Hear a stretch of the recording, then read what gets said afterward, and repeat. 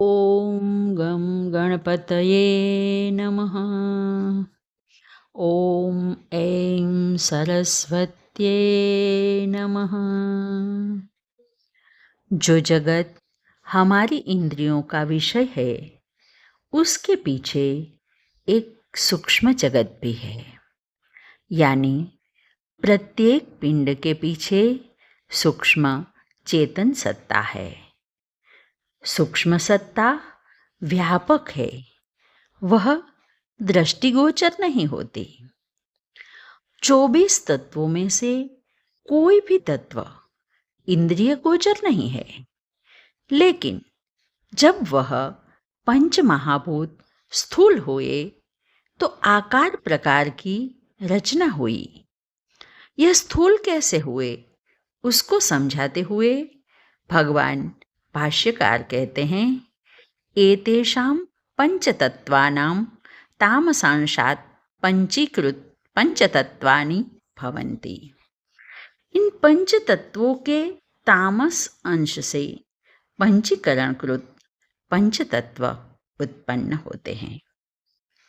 सूक्ष्म पंचभूतों के सत्व और रजस अंशों से इंद्रियां आदि बन जाने पर उनका तामस अंश शेष रह जाता है।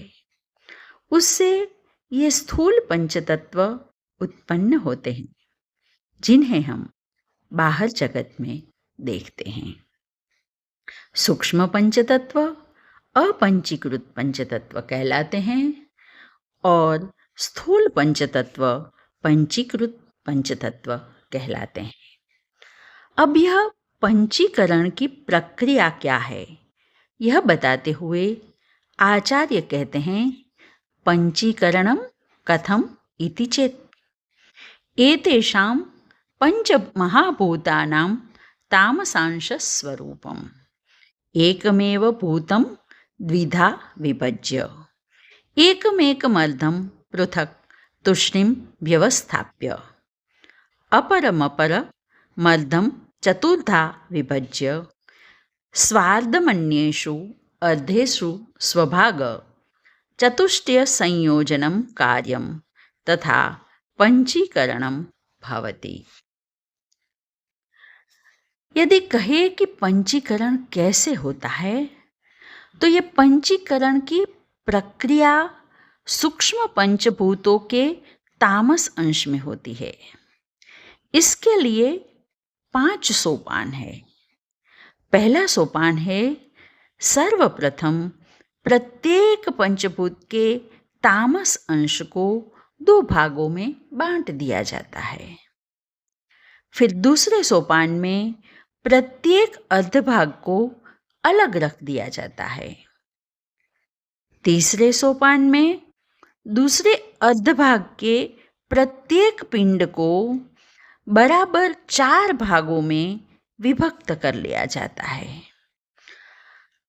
चौथे सोपान में वो अविभक्त आधा भाग है, उसमें शेष 4 तत्वों के एक एक अंश मिलाए जाते हैं और 5वां सोपान है, इस प्रकार मिलाने से प्रत्येक तत्व पुनः पूरा हो जाता है।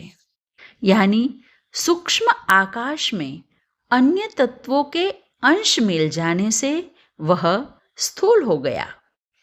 ऐसे ही वायु आदि में अन्य तत्व मिल जाने से उनका रूप स्थूल हो गया।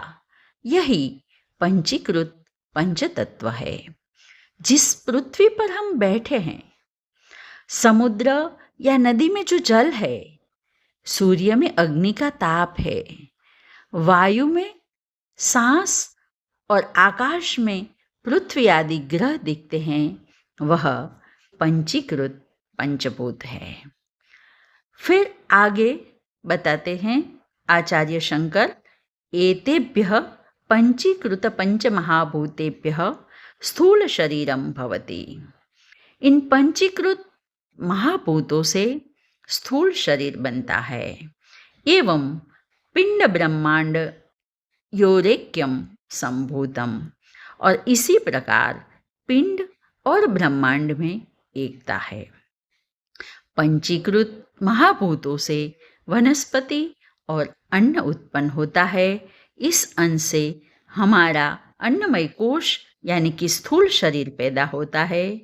यहाँ भाष्यकार स्थूल शरीर को तत्व नहीं मानते, क्योंकि ये महाभूतों पर उकेली गई आकृति मात्र है।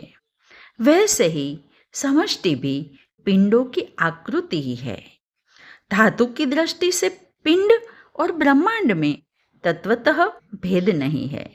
जैसे विविध अंगों के समुच्चय को शरीर कहते हैं, वैसे ही अनेक पिंडों के समुच्चय को ब्रह्मांड कहते हैं। आज बस